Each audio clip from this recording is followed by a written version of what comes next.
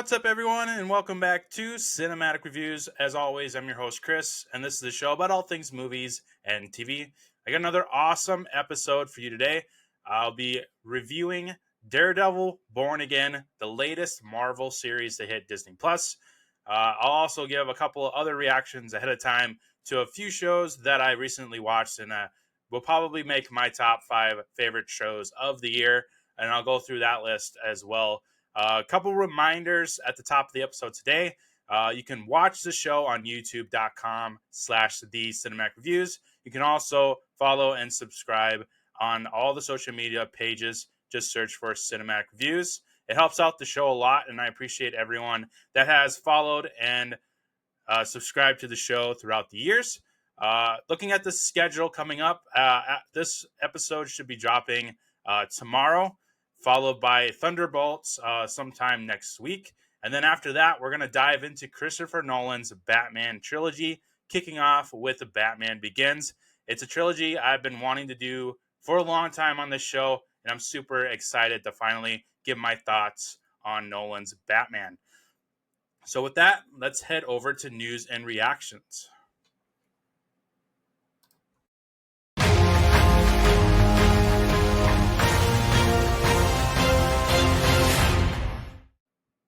So the only news, or I guess updates as regards to Daredevil and the MCU right now, is that season 2 of Daredevil Born Again is currently filming.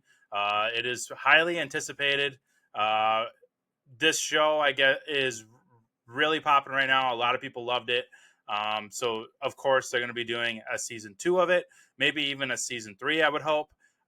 There is also word around the Hollywood streets that the Punisher, played by John Bernthal, will be getting his own show.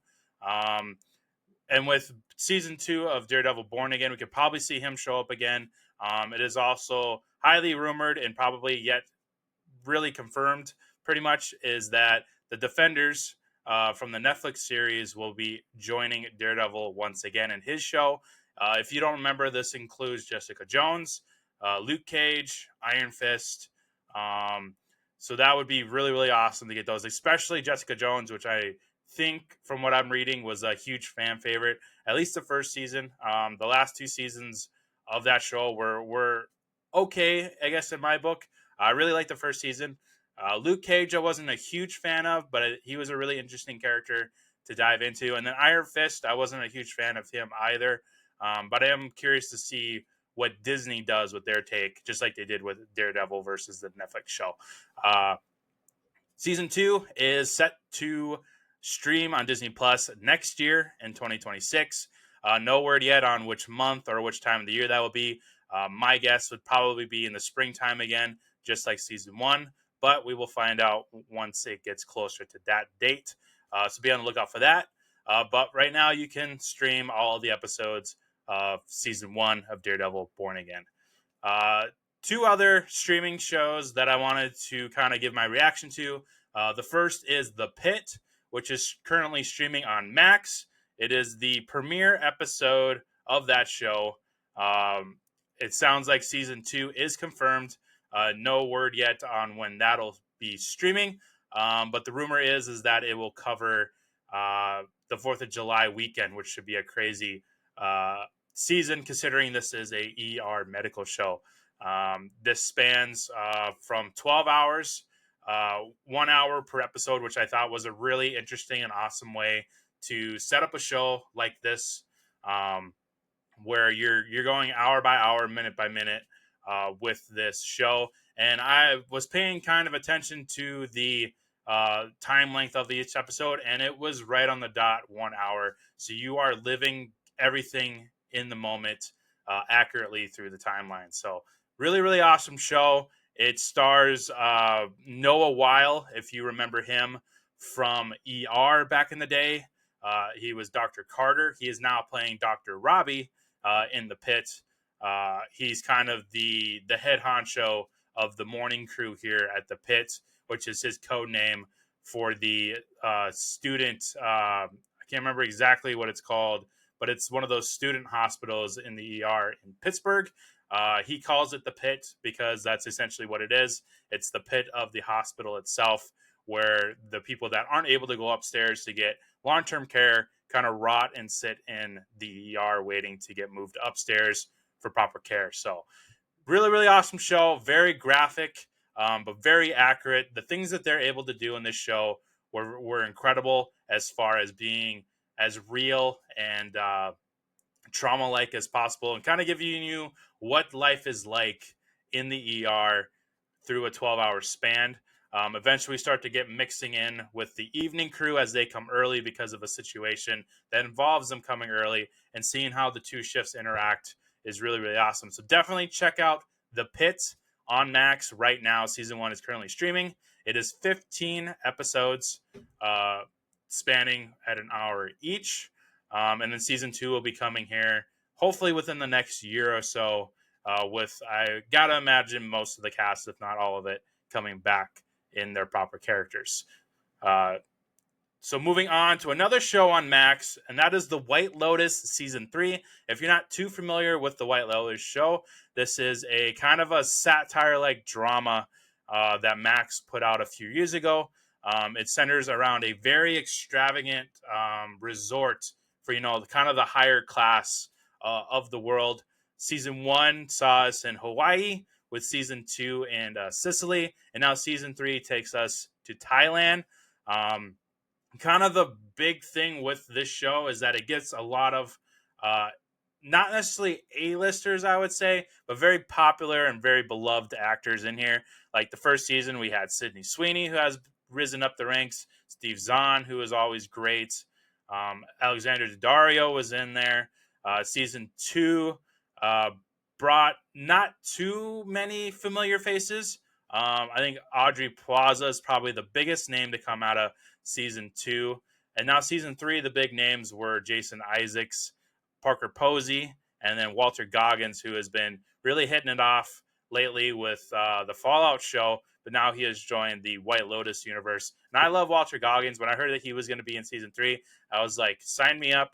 I'm going to watch this show every week. And I did. And I loved it. He is terrific in here, along with Parker Posey, who plays a character that I don't really like, but I think that was the direction that she was given and what she was going for. So she nailed that part of it. And then Jason Isaac, who I love, he is most known for playing Lucius Malfoy in the Harry Potter films, but he's been in a bunch of films over the year. The Patriot, I love him in there. He's a great villain in here. Now he plays a dad of kids with his wife, Parker Posey. And he's kind of dealing with his own thing, just like everybody else is in the show. Walter Goggins has his own thing. So yeah, just check out The White Lotus. It's definitely not a show for everybody. I've had a couple people that I know that I've recommended to that didn't really care for it, which is to be expected with a show like this. But I really enjoy it. A few others I know that I did recommend it to really loved it. Season 4 should be pretty much confirmed right now. No word yet on which location they're going to do for Season 4. It sounds like Mike Wright, who created and wrote the show, kind of wants to get away from the tropical theme and maybe move to more of like a South African or Australia type of environment, which would be really interesting to kind of shake it up from the extravagant tropical setting that he has done in the first 3 seasons. So check out The White Lotus. All 3 seasons are currently streaming on Max right now. With Season 3 being the latest for this year. And speaking of this year, I am going to go over my current top 5 shows list, which will probably alternate. It'll be shaken up quite a bit throughout the year since we're only in the month of May. But I will at least update you on where I'm sitting at as far as shows right now. So at number 1, we have The Pit, which very surprised me. I did not expect it to be my favorite show of the year so far. It was recommended to me by a really good friend of mine. He really loved it, and he was telling me all about it. And as soon as I popped on episode 1, season 1, I was immediately hooked. I loved the characters, loved the story. So The Pit, and it might stay at number 1. I just really, really love it. I'm thinking about rewatching it again. So that might hold the throne here for a long time. Number 2, I got The Last of Us Season 2, which is currently streaming right now on Max as well. That show has blown me away. I've only played the first video game. I haven't played the second video game, which is what season 2 is covering right now. So it's all new to me. I know a lot of fans of the game have been really impressed with how accurate it is as far as the game itself and converting it over to TV show, which is very, very hard to do. And not many have succeeded. But it seems like The Last of Us has succeeded and will continue to succeed. So that is sitting at number 2 right now. And number 3, this is where we get to Daredevil Born Again. I'm going to deep dive into it here in a couple minutes. But I absolutely love Daredevil Born Again.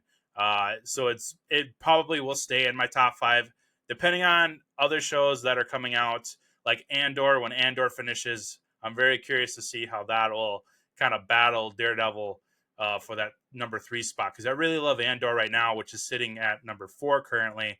So right now in my head, it's kind of like the battle between Marvel and Star Wars right now. There's a few other Disney shows that are coming out later in the year, and we'll see how that shakes out, along with some other shows as well. Then at number 5, I got White Lotus season 3. It's kind of not quite at the same level as the other 4, so I could see this one dropping out of the top 5, depending on how I feel about the other shows being released this year. So that is my top 5 shows so far. I'm currently working on my top 5 movies still. That will take me a little bit longer because we're now in the month of May. We are really getting into those summer blockbusters, and that's typically where I get most of my top 5 films of the year, is through that June to August months. So that list will probably be looking more in shape come the end of August into September. So I'll be working on that during the summer with all these movies coming out every week. So that is all I have for news and reactions today. Let's head over to our featured series on today's episode, which is Daredevil Born Again Season 1.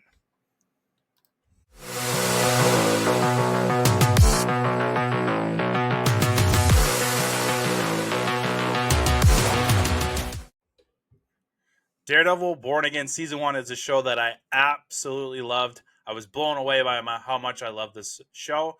I was a huge fan of the Netflix version of it, seasons 1 to 3. But this one blew me away. It was bloodier, darker, much more violent, which I was very surprised coming from Disney. It seems like Deadpool and Wolverine kind of opened the gates a little bit for Disney to get a little more darker, a little more bloodier, and a little more gritty with their shows and movies. And I hope this trend keeps going forward, because I really, really enjoyed it.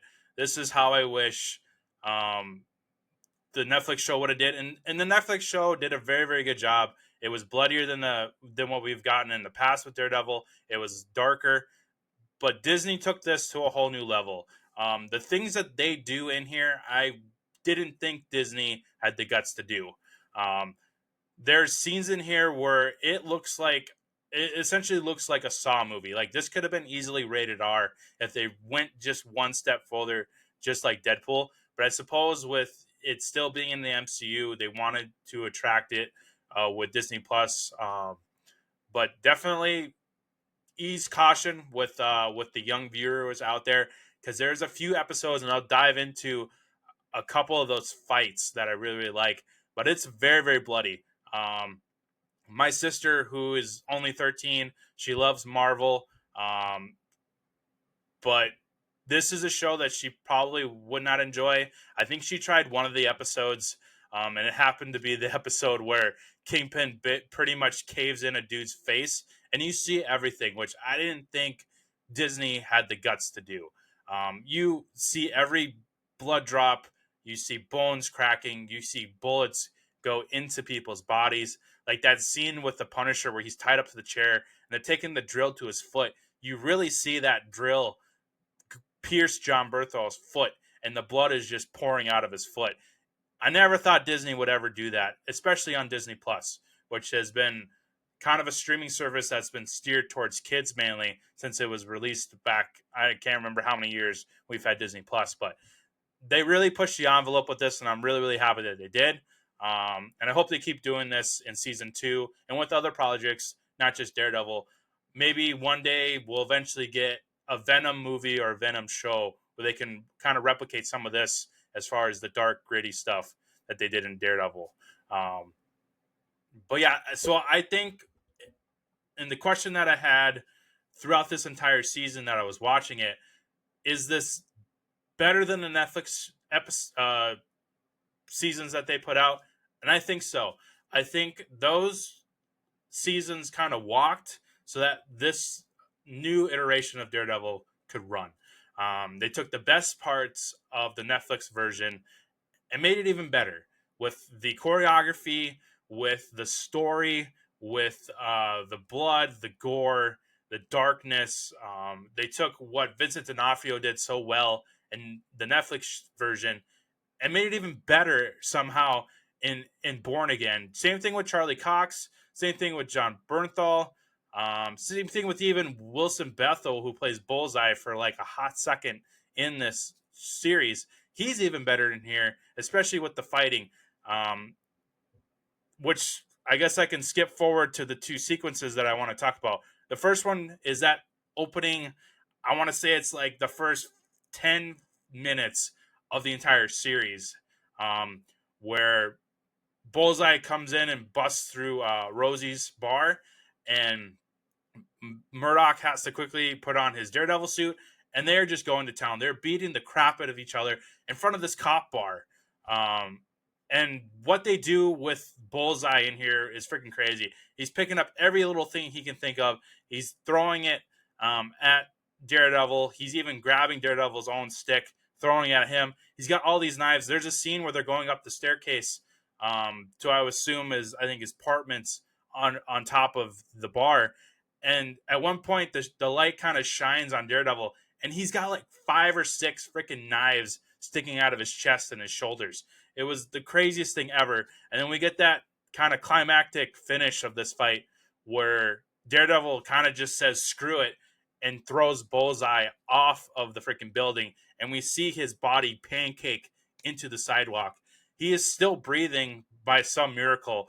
But the fact that we had our hero pretty much kill a dude or commit attempted murder on a villain was freaking wild. I never expected to see this come out of a Disney show for sure. It's just freaking wild. It was probably one of the best openings I've ever seen with a TV show ever. And it was on Disney Plus of all places, which just completely caught me by off guard. Every second of that fight that I was watching for the very first time when this show premiered, I was like, holy crap, Disney did it. MCU, we are so back. And then after watching the Thunderbolts a few days ago, finally, and I'll talk about that in my review episode next time on the show. But Marvel is back. Like, Marvel is really back. We were in such a huge slump prior to Deadpool and Wolverine. But now with Daredevil Born Again and Thunderbolts, we have Avengers Doomsday coming. We have another Tom Holland Spider-Man movie coming. We have Avengers Secret Wars finally. Like, Marvel's back, and I'm super excited to be jumping back into this world after such a lull point in the universe. So just bravo to Disney for finally just giving into being darker, bloodier, and more gritty than anything they've ever done, I think. I mean, jumping back to what I said about that Vincent D'Onofrio moment, I think it was either in the episode before the finale or in the actual finale. Disney had Kingpin literally cave in a dude's face, and you see everything. You see the eyeballs pop, you hear the skull crack, like there's blood everywhere. And I'm really, really glad that they finally gave into that and they just unleashed what this show could have been on Netflix and made it even better. Did not expect to say that coming out of the show, but this was better than the Netflix series. 100% stamp of approval. So, and then the second fight, which was somehow even bloodier than the Bullseye one, but I think I like the Bullseye one just a little bit better because of the ending of that fight and what it meant for the Daredevil character. And that was with the fight with Muse, who is kind of this show is the only really big nitpick I had about the show. And I understand, it stretches over a number of episodes. There are so many villains in here. You have Kingpin, which I mentioned, Bullseye at the very beginning. He eventually pops up later too. And then you have this Muse character who is like this psychopathic serial killer who kind of pops in and out of here. And that fight in the therapist's office is just a bloody mess. We've got gunfire going off. We got knives cutting flesh. Daredevil's beating the crap out of him.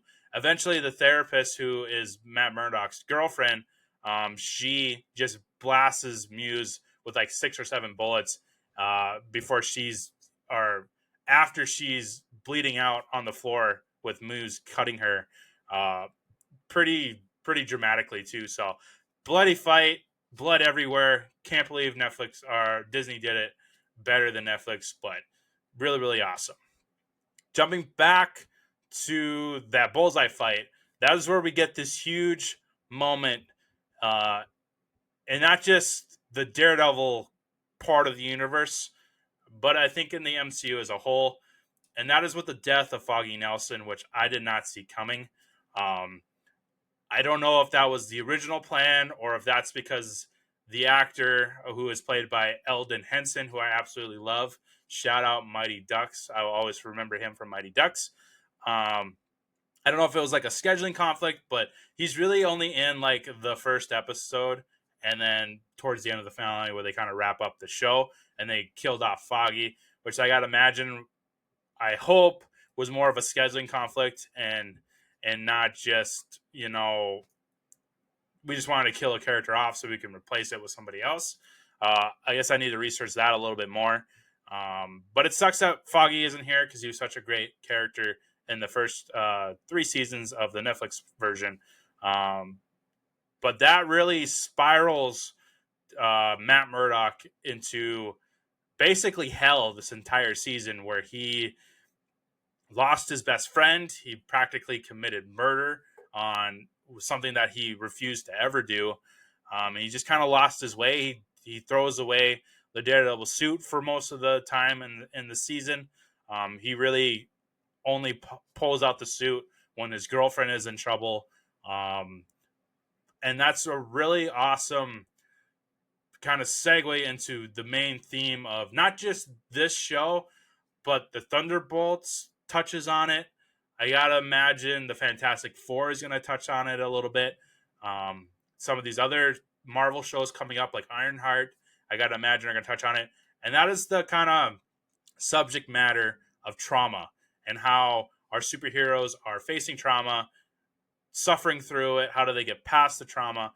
With Daredevil, that is Foggy Nelson, his best friend, dying right in front of him and not be able to save him after everything he's done in the past as the Daredevil hero.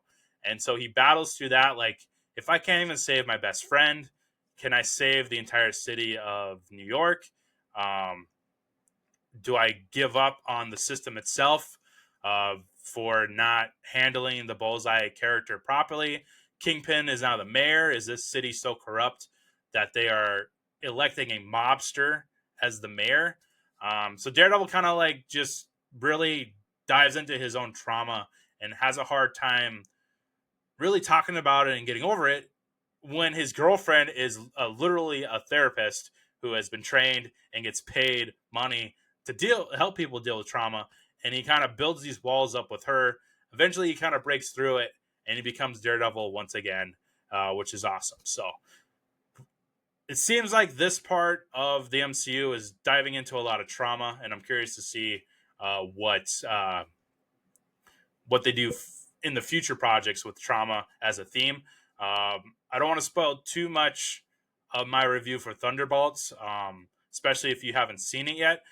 Trauma is like the subject point in that movie, and they did it so well with how it affects people, especially superheroes, and how do they overcome it. So I'm really glad and I'm really impressed by how Marvel is kind of incorporating trauma, which is a huge part of human life, into these superhero shows. So it's really impressive, especially with this on the Thunderbolts, which I'll talk about later on. But so running through kind of the returning characters, Matt Murdock, aka Daredevil, which I have mentioned before, is played by Charlie Cox, who previously played him in the Netflix show. Popped up in She-Hulk, which I think is the most recent time we've ever seen him on screen. And then he showed up in Spider-Man No Way Home as Peter's lawyer. Daredevil honestly was the best part of the She-Hulk show. I did a review on that when that premiered, and the Daredevil episodes were the only episodes I really enjoyed. He was great in there. He was wearing the iconic red and yellow suit. Um, the choreography was very reminiscent of the Netflix show. I think they did really good justice to what character that Charlie has created. And then now Born Again kind of takes it a step further, and this is the best Charlie Cox has been as a Daredevil, I think. Um, at least to me, that's my opinion. That's my review of it. I think this is the best Charlie Cox as Daredevil slash Man of Murdoch that we have gotten since he first donned the character in season 1 of the Netflix show back in, I can't remember, 2012 or whenever that show came out. So bravo to Charlie for finally giving Daredevil justice. Vincent D'Onofrio returns as Wilson Fisk, aka Kingpin, was phenomenal in the Netflix show. He shows up in the Echo series, which he's awesome in there. And now he's returning for Daredevil once again. And he freaking kills it. I love the voice that D'Onofrio has basically created for this character. It's kind of that deep, slow, a lot of pauses, a little bit of some kind of accent to it. Um, just beautiful on how he portrayed such an iconic character and kind of made it his own. I really want him to fight Spider-Man. I think that would be the most awesome thing to see on screen is Vincent D'Onofrio fighting Tom Holland's Spider-Man. It would just be pure movie magic if they could make that happen. So fingers crossed that we get a Spider-Man versus Kingpin showdown here. We have Karen Page showing up, who is kind of the, I guess, secretary, but she eventually becomes like a partner at the law firm with Foggy and Matt. She's great. She pops in and out of here because Matt has a new girlfriend. It's kind of Matt's story, but it's really nice to see her popping up. She pops up later in towards the end of the season where they kind of figure out how to take down Kingpin together. We also get Vanessa Fisk, who is the wife of Wilson Fisk. Love her. She's been in a bunch of stuff like Man of Steel. She was Superman's mom in Man of Steel. She, of course, played Vanessa in the first 3 seasons of the Netflix version. Turns out that she's been running this whole underworld while Kingpin has been in hiding. They are currently going through marriage counseling, which is kind of where Matt's girlfriend's character ties in to those two worlds. Turns out that Vanessa had an affair while Kingpin was away, and Kingpin finds out and locks the dude up and holds him hostage, I guess, basically. Where eventually Vanessa comes in and kills the guy as a symbol of he means nothing to me. That's in the past.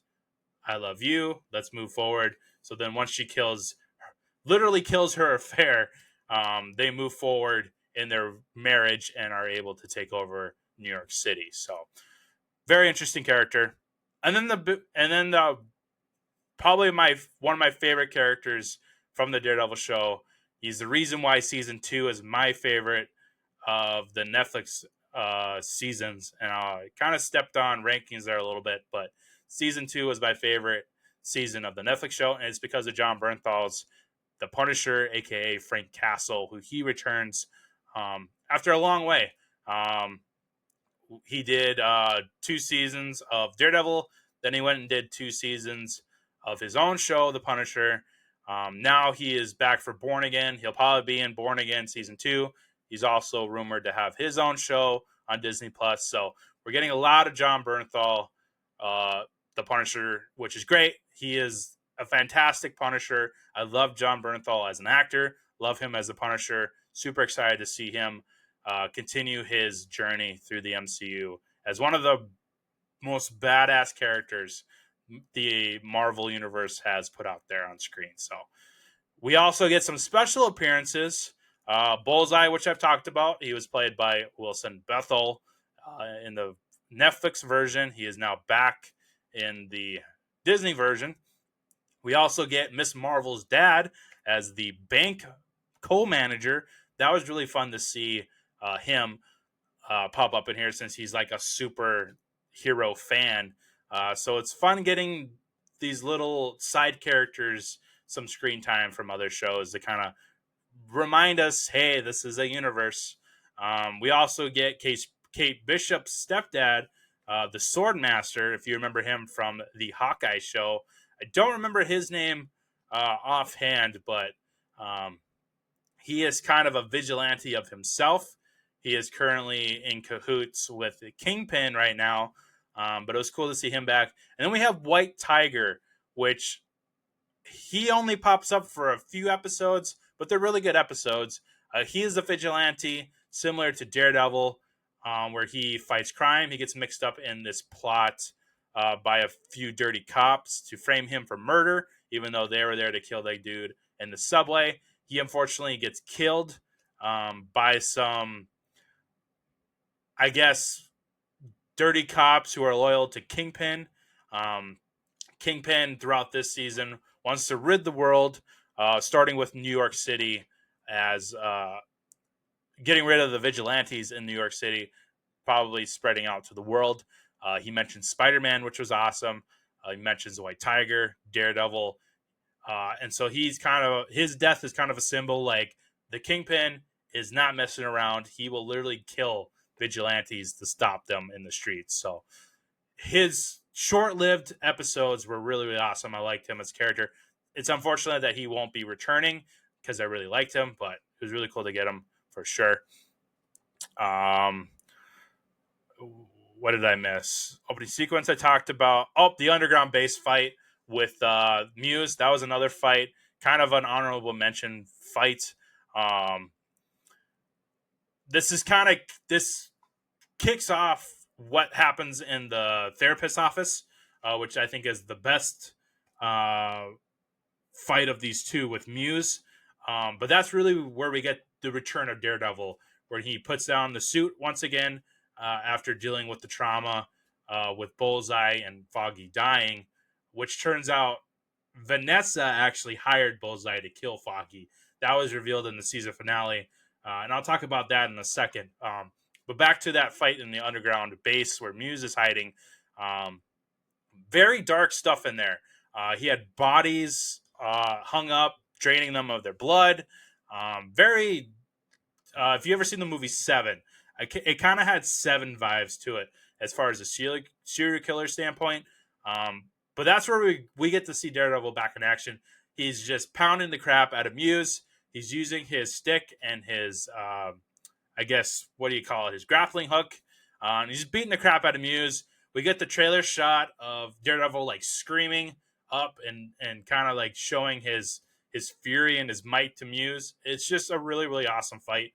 But I think the therapist's office is for sure better just because of the blood and the stakes at hand with Daredevil's girlfriend being in trouble. But the choreography, the action, the violence is just really, really awesome. And I can't wait to rewatch the show again just for that. It did it a lot better than the Netflix show. Not saying that the Netflix show was bad. The Netflix show was freaking awesome. But the fact that Disney was able to like outdo the Netflix series was very, very shocking to me. And I'm really, really glad that it did happen. So awesome fights. I have a note here that just says a broken Daredevil, which I talked about before with Foggy's death and Matt being very traumatized by the event, hanging up the horns for quite a bit of the season until he puts it back on to fight Muse, the serial killer. But jumping back to the other thing I was talking about, and that's with Foggy's death.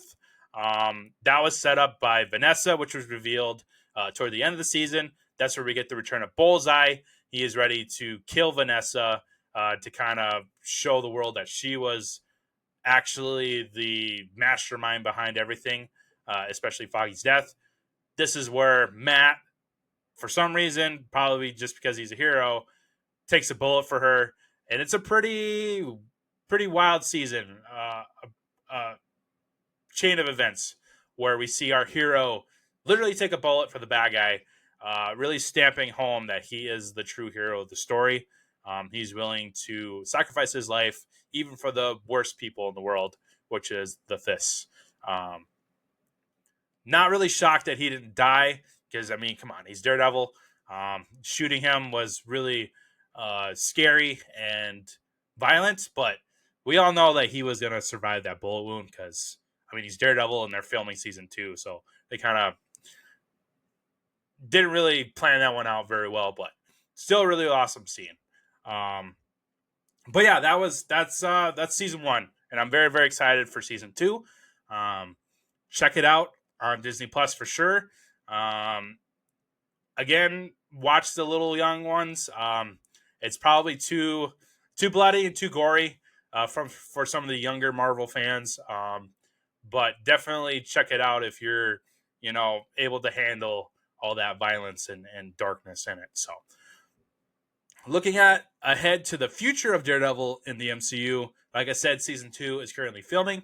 That should be out on Disney Plus next year, hopefully in the springtime, similar to season 1, but we'll know more once we get closer to 2026. And then he is also confirmed to return for Avengers Doomsday.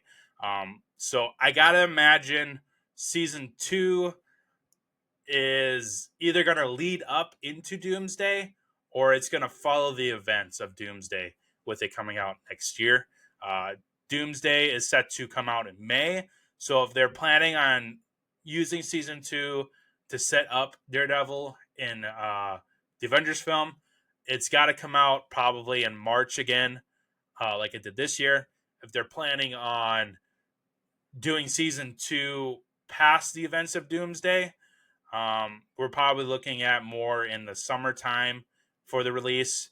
I think Doomsday is just starting to film now, so I'm going to put my money on it and say Daredevil season 2 is going to come out before Doomsday, and it'll kind of set up Charlie Cox's Matt Murdock for Doomsday. So we'll see if I'm right. I have a feeling that's how it's going to shake out, but I've been around before. So check out Daredevil Born Again season 1 on Disney Plus today, and then watch out for season 2 to come out next year. To end today's episode, let's go over my rankings for the MCU as well as all the Daredevil seasons.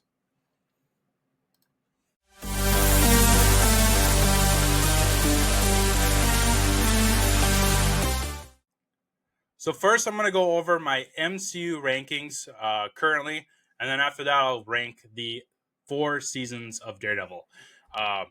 With the current ranking list for the MCU right now, we're sitting at 49 projects. Reminder, I don't include any of the animated stuff. We've had 3 seasons of What If. I don't include those in my rankings. And then we're going to be getting a Wakanda animated series as well. I won't be including that either. It may seem kind of odd that I skip out the animated shows. I just don't really see them as necessarily part of this entire universe. That's just how I feel about it. Others I know rank those animated shows along with these other ones, but I don't do that with my rankings. So I'm only at 48 projects. It'll be 49 projects as soon as I rank the Thunderbolts movie, and I'll go over that ranking next time on the show with that review episode. So, kicking off the MCU list, which is going to take me a few minutes. Number 1, Deadpool and Wolverine. 2, Spider-Man No Way Home. 3, Avengers Infinity War. 4, Avengers Endgame. 5 is Spider-Man Homecoming. 6 is Captain America The Winter Soldier. 7, Captain America Civil War. 8, Spider-Man Far From Home. 9, Guardians of the Galaxy Volume 3.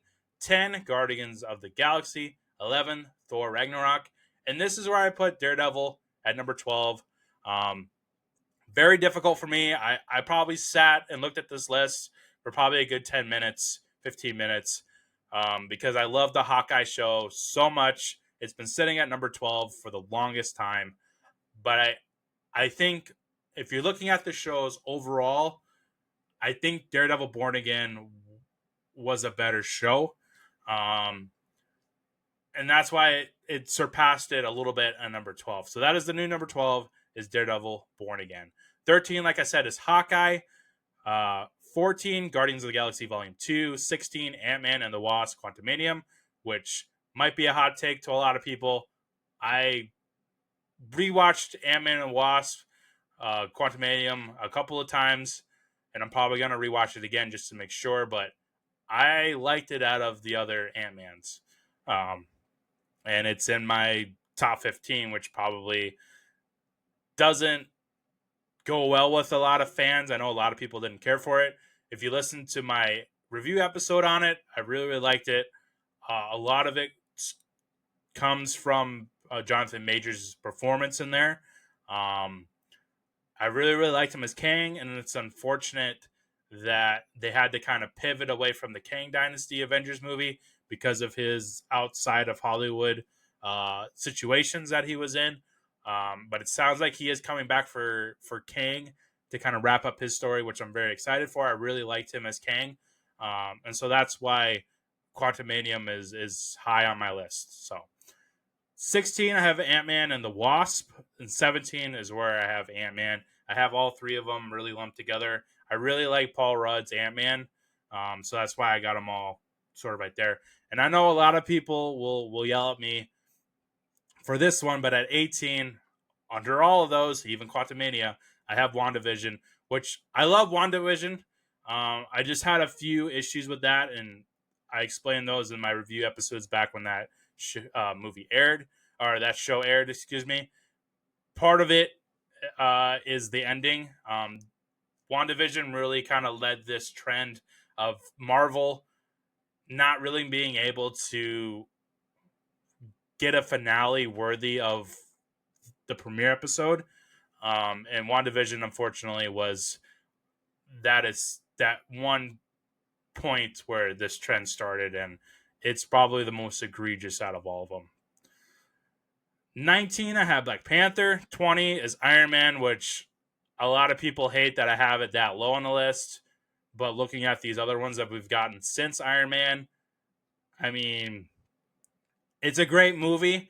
It being at number 20 doesn't tell people that I hated it. I guess some people think that it's because I hate it. It's just we've had a lot of great projects throughout the years since 2008's Iron Man. That's why it's sitting at 20. Absolutely love the movie. It's just how the rankings shaked out. 21, Shang-Chi and the Legend of the Ten Rings. 22, The Avengers. Another hot take, I guess, according to some people in my rankings. 23, Guardians of the Galaxy Holiday Special. 24, Werewolf by Night, which I'm wondering if we're ever going to get more of that. That was a really interesting way of doing that. There'd be a really cool Halloween thing to kind of this year to kind of go back to that Werewolf by Night. I guess what's the word I'm looking for? Type of show. It was really interesting what they did.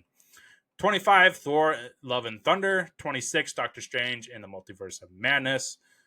27 is where I have season 1 of Loki, followed by 28 is season 2 of Loki. 29, Avengers Age of Ultron, which I actually really, really love. I didn't realize it was that low on the list. 30, Doctor Strange. 31, Black Widow. 32, Iron Man 3. 33 is Iron Man 2. 34, Captain America, the First Avenger, which my dad hates that I have that low. He absolutely loves that movie, but I fortunately don't love it as much as he do, even though I love Chris Evans as Captain America. 35 is where I have Captain America, Brave New World. 36 is where I have She-Hulk, Attorney at Law. 37, Black Panther, Wakanda Forever. 38, Moon Knight. 39, Miss Marvel. 40, The Falcon and the Winter Soldier. 41, The Incredible Hulk. 42, Thor, The Dark World. 43, Captain Marvel. 44, Thor. 45, Echo. 46, Secret Invasion. 47, The Marvels. And 48, Eternals. Like I said, I will add the Thunderbolts in there once I go over through this list, and I'll talk about that on next week's episode. So, yeah, like I said, Daredevil Born Again, it's sitting there at number 12. We'll see if anything, maybe, I don't think the Thunderbolts is going to quite beat that, but we'll see if anything gets in there. I think the latest one to break the top 10 was Deadpool and Wolverine from last year. Before that, It took Spider-Man No Way Home to break into the top 5 and top 10. So we'll see where Avengers Doomsday, where the next Tom Holland movie shows up. Maybe even some of the shows that are coming out next with, I think, Ironheart's the next one. We'll see if they can kind of follow the method that they did with Daredevil with giving us really, really good quality shows finally. So, and then we're going to jump over to the Daredevil rankings, which I have right here. Number 1, shocker, Born Again season 1. 2, I kind of spoiled, and that is season 2 of the Netflix show. And number 3, I have the Netflix season 1. And then 4 is where I put season 3. Season 3 was a little tougher for me to get through. I don't think it was on the same tier as season 1 and unfortunately season 2. It was still a really good season of the Daredevil show. We got a lot of cool Bullseye stuff. We got some more Kingpin in there. John Bernthal popped up for a little bit, but he was busy doing his own show. But that is my rankings for the Daredevil seasons. I will be posting that ranking as well as the updated MCU rankings. I'll probably wait to post the MCU one until after the episode on Thunderbolts drops. That way I don't have, 2 different versions of the rankings within a matter of days. It'll just be simpler if I just release this episode, the Thunderbolts episode, and then I'll post the grand updated list or rankings for the MCU.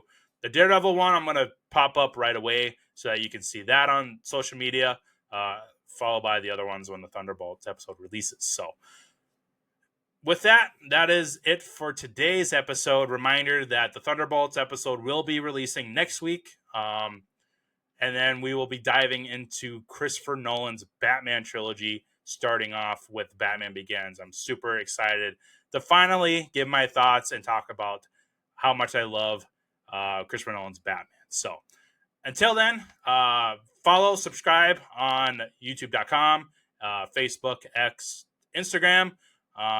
It helps out the show a lot, and I appreciate everybody that has listened and supported the show ever since I started this back in 2022. So later, everyone.